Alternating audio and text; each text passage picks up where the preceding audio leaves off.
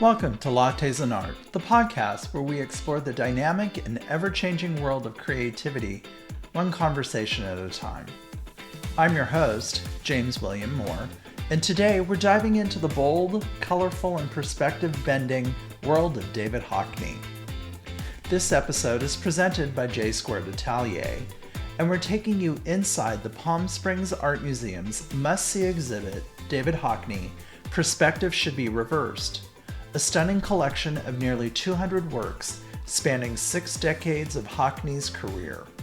From his iconic photo collages to his digital iPad paintings, this show challenges the very way we see and experience space.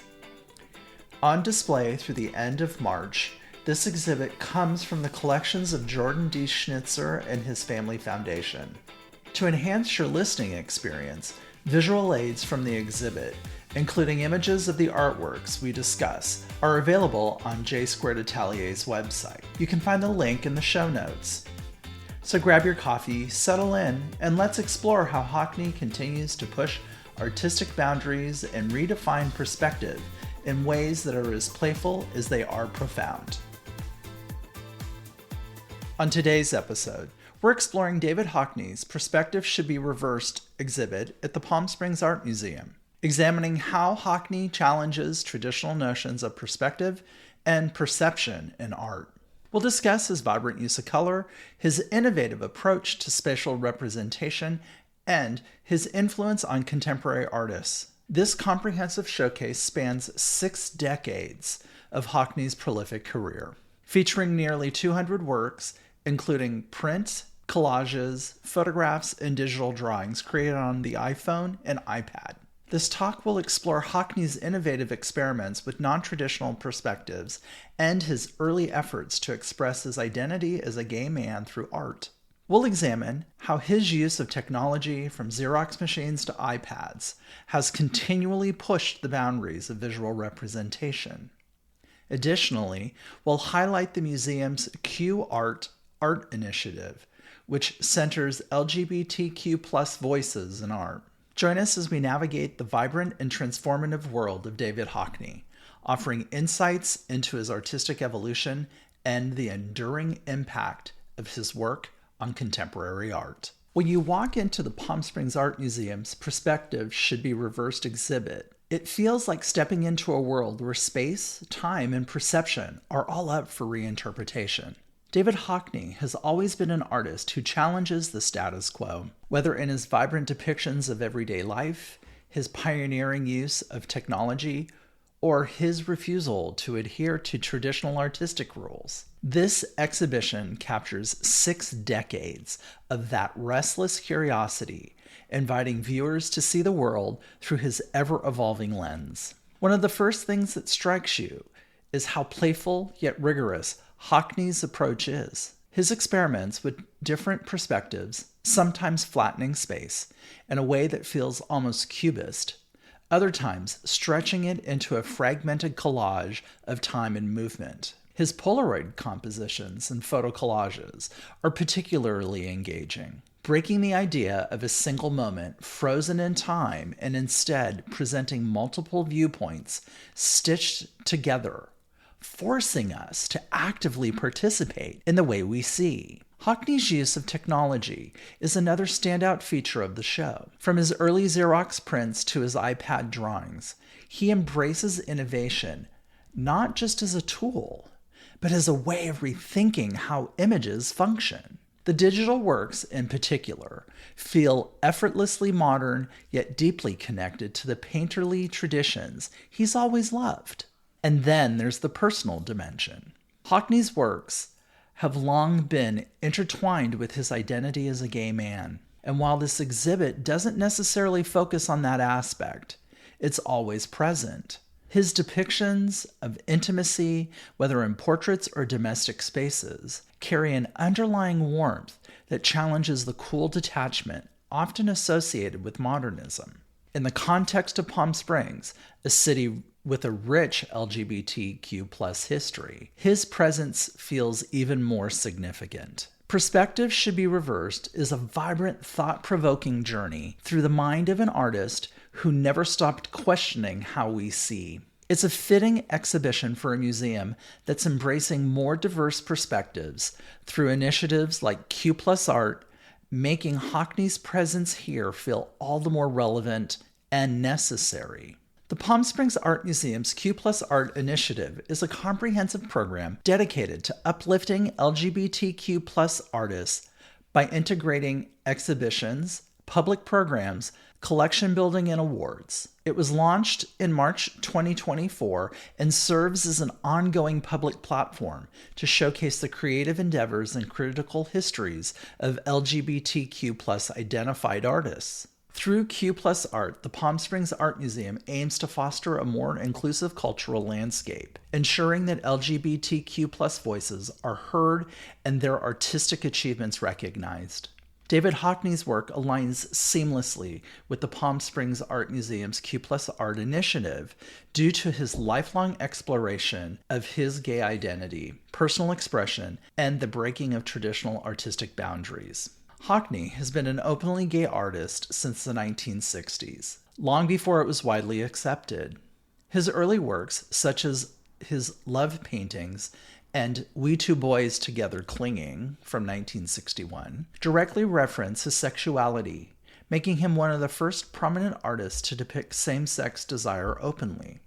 The title of his current exhibit, Perspective Should Be Reversed, speaks to Hockney's lifelong resistance to conventional artistic rules. Hockney's vibrant colors are depictions of California life and resonate deeply with Palm Springs, a city known for its strong LGBTQ plus community and cultural scene. Now, as we step into the exhibit, we are greeted by these oversized iPad prints, and they immediately command attention. Their bold, luminous colors and crisp lines feel distinctly modern, yet mistakably Hockney.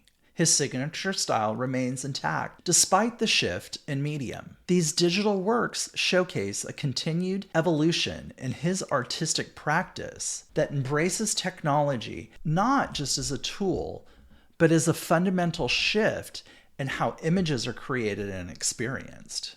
Hockney's transition started with the iPhone in 2009 and later the iPad in 2010. And was driven by both curiosity and practicality. The iPad allowed him to draw anywhere at any time, without the setup required for traditional painting. It became an extension of his sketchbook, offering immediate access to a vibrant digital palette. Unlike working with oil or watercolor, the iPad gave Hockney complete control over layering and corrections. If he didn't like a stroke, he could simply undo it. An impossibility with physical paint. Hockney has always been fascinated by light and color. iPad, being a screen-based medium, offered a way to paint with light itself, creating images that glow from within rather than relying on external illumination. Hockney has never been tied to a single medium.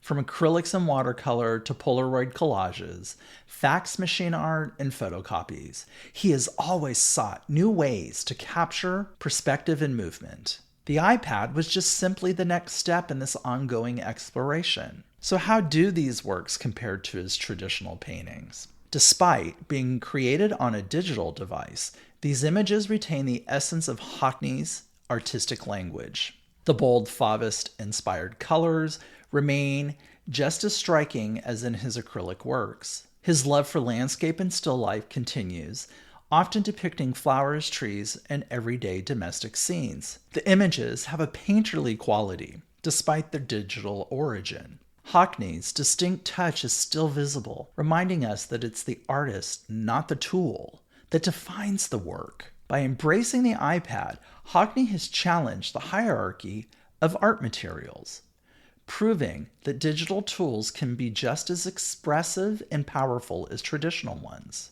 His work has inspired younger artists to see digital art as a valid and legitimate form of fine art, breaking down barriers between painting and technology. As we take in the sheer vibrancy of these oversized prints, we're not just looking at images, we're witnessing an artist who, even in his 80s, refuses to stop innovating.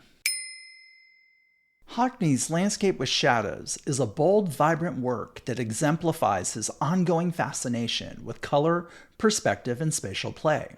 The composition is divided into multiple sections, giving the appearance of a fragmented yet cohesive image, evoking a sense of movement and shifting viewpoints. The landscape itself is a surreal yet inviting scene, rolling mountains in the background and potted plants in the foreground, casting deep, exaggerated shadows. The palette is unmistakably Hockney. Saturated hues of pink, yellow, red, green, and blue collide in a joyful, almost Fauvist celebration of color. Hockney's signature style is evident in the way he flattens and reimagines space, rejecting traditional one-point perspective in favor of a more immersive, multi-perspective approach. This technique invites the viewer to engage with the painting actively, moving their eyes across its various sections to construct a sense of depth and dimension. The textures and mark making in the piece, from the swirling patterns in the ground to the stippled effect of the house and foliage, add a tactile quality that blurs the line between painting and drawing. His use of exaggerated forms, such as the oversized flowers in the foreground and its deep, abstract shadow, further emphasizes his interest in perception and reality. Landscape with Shadows is a striking example of Hockney's ability to transform everyday scenes into dynamic, dreamlike compositions. It embodies his continued challenge to conventional ways of seeing, making it a fitting addition to the exhibit. David Hockney's A Rake's Progress is a modern reimagining of William Hogarth's 18th century narrative series of the same name. While Hogarth's original series depicted the moral decline of a young man who squanders his inheritance in London, Hockney transforms the story into something more personal and semi-autobiographical, reflecting his own experiences as a young artist arriving in America in the early 1960s. Hockney created A Rake's Progress after his first trip to New York in 1961, an experience that deeply impacted his artistic and personal development. The series consists of 16 etchings that document his encounters with American culture, the art scene, and his own sexual awakening at a time when homosexuality was still largely repressed in Britain. The prints chronicle Hockney's excitement and disorientation upon arriving in New York. He was fascinated by the consumerism and energy of America, all of which were starkly different from post-war Britain. The character in this series, a stand-in for Hockney himself, experiences the highs and lows of being a young artist in an unfamiliar yet thrilling world. America, particularly New York, allowed Hockney to express his gay identity in a way that was not possible in conservative Britain at the time. Some of the images in the series hint at themes of desire, social alienation, and personal discovery, reflecting the artist's experience of being a young gay man in a rapidly changing world. Just as Hogarth critiqued 18th century British society, Hockney uses humor and satire to critique modern life, capitalism, and the art world. Elements of pop art, abstraction, and surrealism creep into the work, showing his exposure to new artistic fluences in the US. In the series, Hockney sparsely uses red as an accent color, often as a symbol of change, corruption, or pivotal moments. This could represent his shifting perspectives, both in his artistic career and his personal identity. Unlike Hogarth's original series, which ends with the protagonist in ruin and despair, Hockney's version is more ambiguous. While it does depict moments of struggle and loneliness, it also suggests resilience and reinvention, mirroring Hockney's own rise to success despite personal and artistic challenges. A Rake's Progress is a deeply personal reflection of a young artist navigating fame, sexuality, and culture shock. Yet it also speaks to the broader themes of self-reinvention, ambition, and the pursuit of art in a rapidly changing world. Through this series, Hockney doesn't just tell his own story. He invites all of us to reflect on our own journeys of identity and change.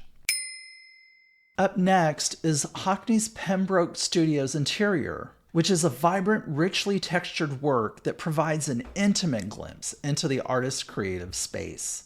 The painting depicts Pembroke Studios, Hockney's London studio, where he worked extensively in the 1970s and 1980s. Through a masterful use of perspective, color, and spatial distortion, Hockney transforms what could be a mundane interior into a dynamic, almost theatrical setting. He has long been fascinated with breaking the rules of traditional perspective, and this piece exemplifies that obsession. The room feels alive with an almost cubist sense of shifting viewpoints. Walls seem to bend, furniture angles unnatural, and the space expands beyond the constraints of one-point perspective. This reflects Hockney's belief that perspective should not be fixed, but fluid, allowing the viewer to engage with the space in multiple ways. Hockney's signature bold, contrasting colors dominate the composition. The interplay of warm and cool tones add depth and energy, reinforcing the sense that this is not just a physical space, but a mental and creative one. The way light filters into the room, casting dynamic shadows and highlights, suggests both a passage of time and a sense of movement within a still image. As a depiction of Hockney's own studio, this work serves as both a self-portrait and a testament to the environments that shape an artist's work. The objects and furnishings within the space feel carefully considered, perhaps hinting at moments of solitude, artistic inspiration, or the repetitive rituals of studio life. Unlike many sterile or minimalist depictions of artists' studios, Hockney's studio feels lived in, vibrant, and full of personality, reinforcing his unique approach to space and representation. This piece stands as a celebration of artistic space and process, turning the personal and ordinary into something visually and conceptually extraordinary. By distorting perspective and embracing bold colors, Hockney challenges the way we experience interior spaces, not just seeing them as they are, but as they feel to those who inhabit them. Next up is David Hockney's An Image of Gregory. This work is more than just a portrait. It's a direct dialogue with Picasso's Cubism, reinterpreted through Hockney's own lens of intimacy and personal connection. The subject, Gregory Evans, Hockney's former lover, longtime friend, and muse, becomes a fragmented yet cohesive presence, echoing the way Picasso deconstructed the human form to explore multiple perspectives at once. Inspired by Picasso's rejection of traditional one-point perspective, Hockney presents Gregory as if seen from multiple viewpoints at the same time. His face and body may be slightly distorted, shifted, or layered, inviting the viewer to engage with the image in a dynamic way, rather than as a static, singular moment. This approach reflects the way we actually perceive people, not in fixed snapshots, but in a collection of moments, expressions, and movements. Much like Picasso's Cubist work, Hockney isn't concerned with hyperrealism, but instead uses color, line, and shape to evoke personality and emotion. The composition includes flattened spaces, geometric patterns, and multiple angles of Gregory's face, reinforcing the idea that identity is multifaceted and constantly shifting. Hockney has always acknowledged Picasso as a major influence on his work. Hockney once said, "The moment you realize what Picasso is doing, how he is using time as well, and that is why you could see round the back and the body as well as the front. Once you begin to realize this, it becomes a very profound experience, because you begin to see what he is doing is not a distortion, and slowly it then begins to look more and more real. In fact, it is naturalism that begins to look less and less real." In An Image of Gregory, Hockney employs the same kind of analytical dissection of form that Picasso pioneered. But instead of using it to emphasize abstraction, he uses it to capture familiarity and warmth. Traditional portraiture aims to capture a single moment in time, but Hockney, like Picasso, challenges this idea by presenting multiple perspectives in one image. An image of Gregory suggests that a person is not just one fixed expression, but a collection of moments, memories, and viewpoints. The layered nature of the work reflects Hockney's own relationship with Gregory as someone who existed in his life in various ways over time: muse, assistant, partner, and friend. In true Cubist fashion, Hockney reminds us that there is never just one way to see. Perspective, like identity, is fluid and ever-changing. Another section of this exhibit includes David Hockney's photocopy works. This body of work is often referred to as homemade prints, a term coined by Hockney himself to describe his experimentation with xerographic technology as a method for creating original works rather than mere reproductions. Hockney's homemade prints are unique, hand-assembled compositions created using color photocopiers, layering different elements to build up an image. Unlike traditional printmaking, where multiples are produced from a single plate or screen, Hockney constructed each work piece by piece, making subtle adjustments along the way. Key characteristics of homemade prints means that instead of treating the photocopier as a mechanical means of replication, Hockney uses it as an extension of his drawing and painting process.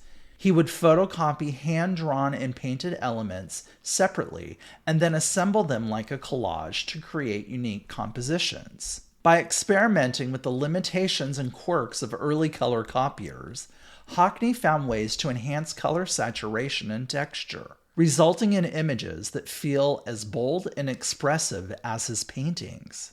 Some of his works feature intentional misalignments, distortions, and overlapping layers, creating a sense of movement and depth. Hockney was fascinated by how images could be broken down and reconstructed, much like his approach in photography and Cubist-inspired paintings. This ties to his larger exploration of seeing from multiple perspectives, reinforcing the theme that there is no single way to view an image. Many of his homemade prints feature still lifes, plants, figures, and abstract compositions, echoing the themes found in his paintings and drawings. This repeated motif and experimental layout reflect his love for spontaneity and process-driven creation. So why did Hockney turn to photocopiers? Well, it starts with democratizing the art. Hockney was interested in the idea of making art affordable, accessible, and without labor-intensive process of traditional printmaking. He was into pushing boundaries. As with his later iPad works, Hockney saw the photocopier as a new tool for artistic experimentation, rejecting the notion that fine art must only be created with conventional materials. And he had curiosity about perception. By deconstructing and reconstructing images using a photocopier, he was able to play with the ways we see and interpret visual information. By using a photocopier as an expressive tool, he redefined the relationship between technology and art, much like he later did with a digital drawing on his iPad. These works are not just prints, they are constructions of vision itself, revealing Hockney's lifelong fascination with how images are formed, altered, and perceived. These works remain a pivotal part of his legacy, proving that even the most unexpected tools can become a medium for artistic reinvention. Now we're going to take a look at his in studio December 2017. We're going to look at how he plays with perspective. Hockney gives us a striking example of how he continuously challenges traditional perspective and spatial representation in art. This large-scale photographic work captures the artist's studio, filled with his vibrant, angular landscape paintings, but it is far from a simple documentation of the space. Instead, it is a deliberate reconstruction of vision, playing with multiple viewpoints in a way that defies the way we expect to see it. Hockney is all about the distortion of space. by reversing and fragmenting the perspective. Rather than adhering to one-point perspective, where all lines converge toward a single vanishing point, Hockney reverses and distorts spatial depth. The walls seem to bend, and the paintings appear to curve around the viewer, creating a panoramic, immersive effect. This is reminiscent of Cubism, where objects are seen from multiple angles at once. Hockney digitally stitches together multiple photographs taken from different viewpoints, resulting in a composite image where objects and people shift slightly in scale and proportion. This technique prevents the image from feeling like a frozen moment. Instead, it suggests movement and time, encouraging viewers to scan across the composition rather than settle into a fixed viewpoint. Hockney himself stands slightly off-center in the image, but his presence feels somewhat detached, almost like another piece of artwork in the room rather than the focal point. His placement challenges the viewer's eye, as he doesn't sit in a clear vanishing point, making the space feel even more expansive and non-linear. The paintings within the studio act as windows into the other perspectives. Their angular shapes and exaggerated colors contrast with the natural tones of the studio's interior, creating a sense of layered realities. Hockney invites us to question, where does the studio end and the painting begin? Hockney has long been fascinated with how photography and painting differ in their treatment of space. In the studio December 2017, he fuses both, using photography not as a method of replication, but as a means of constructing a new altered reality. This work is a direct response to the limitations of the traditional camera lens, which flattens space in a way that the human eye does not. By manipulating perspective, he recreates the sensation of moving through a space rather than looking at a static scene. This work embodies the entire thesis of this exhibition, that perspective is not a fixed system, but an evolving way of seeing. Hockney reverses, distorts, and constructs the space around him, making In the Studio December 2017 a perfect example of his belief that art should challenge our assumptions about depth, space, and perception. By using photography to break the very rules photography typically follows, Hockney invites viewers to engage with his studio as a dynamic, living entity, one that reflects not just the space itself, but the way we experience, move through, and remember places over time. Now, one thing you will notice in the exhibit is that David Hockney is big on self-portraiture and is not just a practice of documentation. It is a lifelong exploration of identity, time, and artistic evolution for him. His self-portraits span decades and reveal an artist who is constantly interrogating the act of seeing, the passage of time, and the role of the artist in relationship to their own work. Hockney has created self-portraits throughout his career, from his youthful, cheeky drawings in the 1950s to his more introspective line depictions in later years. Much like artists before him, Rembrandt, Van Gogh, and Picasso, Hockney's self-portraits serve as markers of time, allowing him to reflect on aging, change, and his place in the world. He has always been fascinated with how we see. His self-portraits often challenge conventional perspective,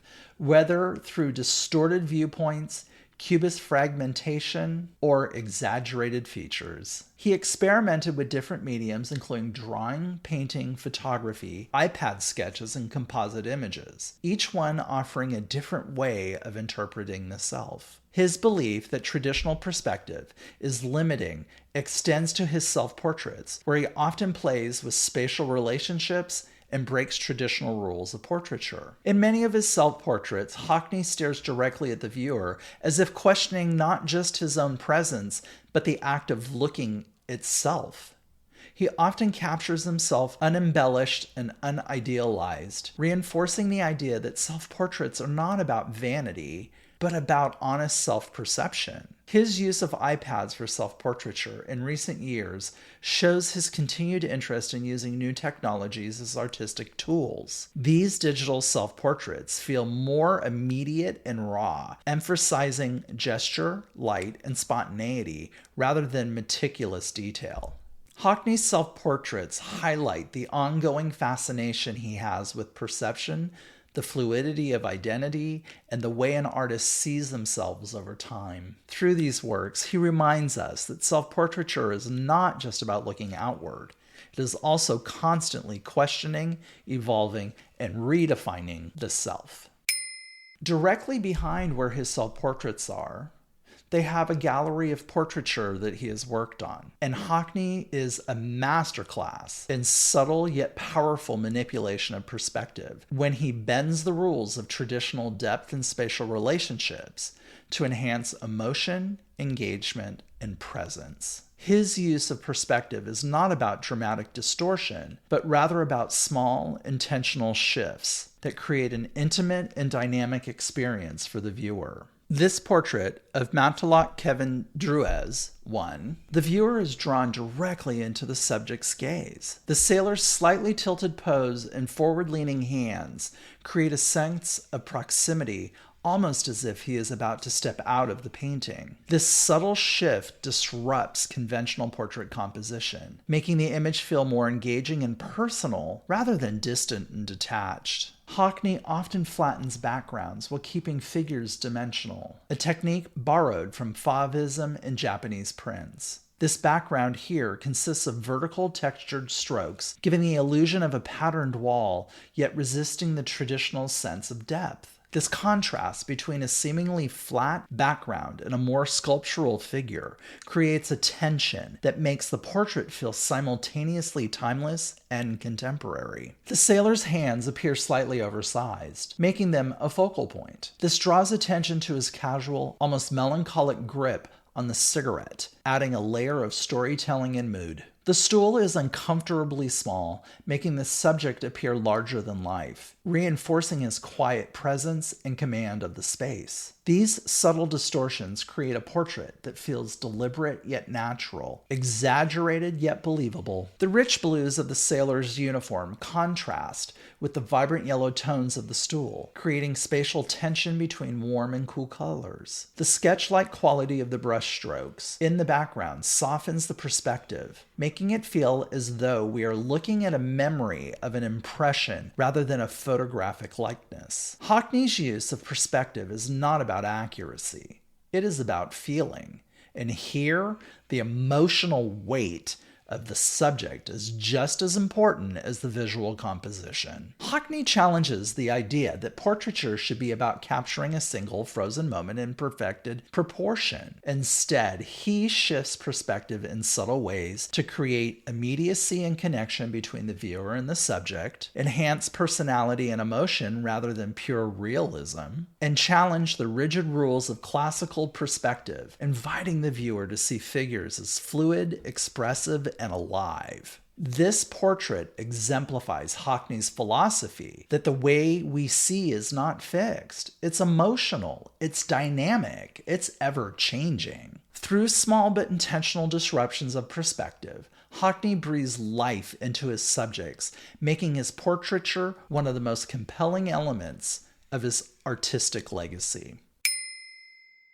Last, we're actually going to step into the artwork, and we're going to play with Hockney in space and perception. As Hockney's large-scale immersive compositions often blur the line between artwork and reality, inviting viewers to step into the world where perspective, time, and space are redefined, this particular piece exemplifies his ongoing fascination with how we experience and engage with art, not as a passive spectator, but as an active participant. This room within a room causes the image to create an illusion of a constructed interior space, where Hockney himself appears twice, seated on either side, as though engaging in a conversation with himself. The carefully arranged still life paintings of vases and flowers form a central focus, reinforcing the idea of a curated gallery within a gallery. The use of a deep blue background creates contrast, making the individual paintings feel like they are floating windows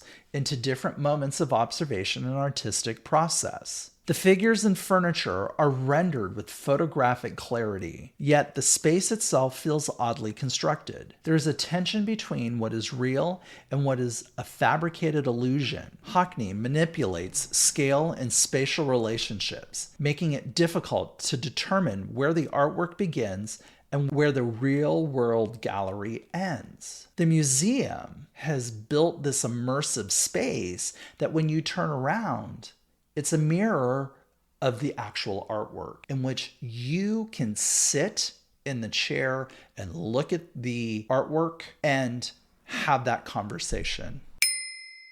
When this occurs, the presence of real-life viewers enhances the sense that we too are a part of the scene, blurring the boundaries between art and audience, representation and reality. All of this, stepping into the artwork, gives the idea that aligns with his belief that art should not simply recreate a moment, but should expand it, offering multiple ways of viewing and experiencing the scene. This work encapsulates Hockney's philosophy that art is not just about looking at something, it's about stepping into it, experiencing it, and questioning how we perceive the world around us. By standing before this piece, or sitting in its mirror image, viewers are not merely observing, they become a part of the composition itself, reinforcing Hockney's ongoing challenge to conventional perspective, spatial perception, and the boundaries between life and art. This work encapsulates many of the themes explored in Perspective Should Be Reversed. Multiple perspectives in one frame, the flattening and expanding space simultaneously, the artist as both observer and subject, and an immersive experience that forces viewers to engage with the work actively. By incorporating this piece into the Palm Springs exhibit, Hockney reinforces the idea that perspective is not static. It is an evolving, dynamic process that invites viewers to see the world in new and unexpected ways. Well, that concludes our coffee and this episode of Lattes and Art. We've explored David Hockney's revolutionary approach to perspective and his innovative use of technology that is on display at Palm Springs Art Museum's exhibition, Perspective Should Be Reversed. If you haven't seen it yet, be sure to check it out.